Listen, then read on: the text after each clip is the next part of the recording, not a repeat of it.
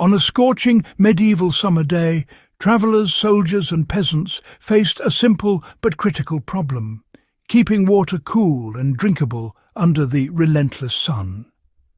With no modern coolers, insulated bottles or refrigeration, staying hydrated in heat was a constant challenge. Yet historical accounts and archaeological findings reveal a clever solution that combined natural materials with simple physics: a water bag that stayed surprisingly cool even in full sun. This forgotten medieval innovation isn't just a historical curiosity. It offers practical insights that backyard enthusiasts, campers and survivalists can apply today. Why keeping water cool was essential for survival in medieval times. Access to water was always vital, but during long marches, fieldwork or summer travels, the temperature of the water could mean the difference between life and exhaustion. Water left in metal or wooden containers quickly warmed in the sun, becoming unpleasant or even unsafe to drink. Travellers and soldiers needed a method that preserved hydration without requiring ice, which was costly and logistically difficult to transport.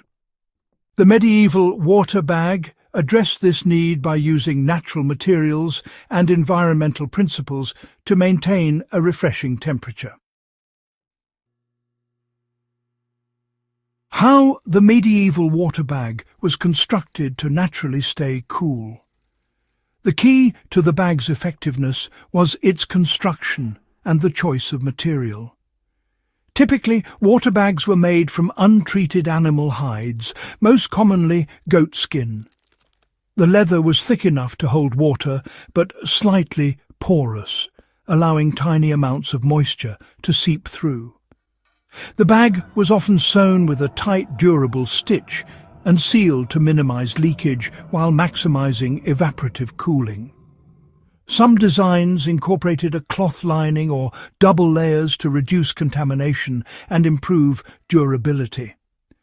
The slightly porous material enabled a slow escape of moisture from the bag's exterior, which, when exposed to air, caused the remaining water to cool naturally. Why evaporation made this bag so effective at keeping water cool?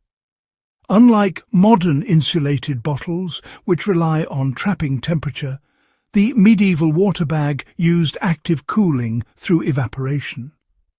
As water seeped through the leather and evaporated from the surface, it drew heat from the liquid inside, lowering its temperature. This effect could reduce the water's heat several degrees below the ambient air, making it significantly more refreshing in direct sunlight.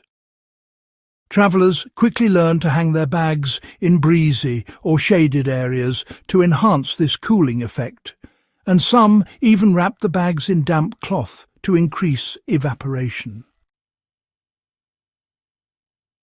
So, let's talk about how travellers and soldiers actually used the water bag in daily life. Medieval armies, traders and pilgrims would carry these water bags on long journeys, often hanging them from saddles, backpacks or belts. As they moved, the bags would swing freely, allowing air to circulate and, maximize cooling. When they set up camp, the bags were usually hung in the shade or maybe near streams to help maintain the temperature. Some travellers even sprinkled water on the exterior to further enhance evaporative cooling. Soldiers and field workers relied on this technique to stay hydrated during marches, work in the fields or patrols, making sure their water remained drinkable and refreshing even when the temperatures were really high. Now, let's look at how you can recreate this medieval cooling method today. For modern outdoor enthusiasts, the principles behind this water bag are actually pretty easy to apply. Canvas, thick cloth, or untreated leather can all mimic the medieval effect. Just fill a bag with water, lightly wet the exterior, and hang it in a shaded, breezy spot. The slow evaporation will keep the water cooler than the surrounding air. For longer trips or even backyard use, you can rotate multiple bags, keeping some in the sun while others stay shaded and cooler. This method is especially useful for campers, hikers, or, well, anyone working outdoors without access to refrigeration. Why, you might wonder, does this simple method still matter for modern survival and even backyard living?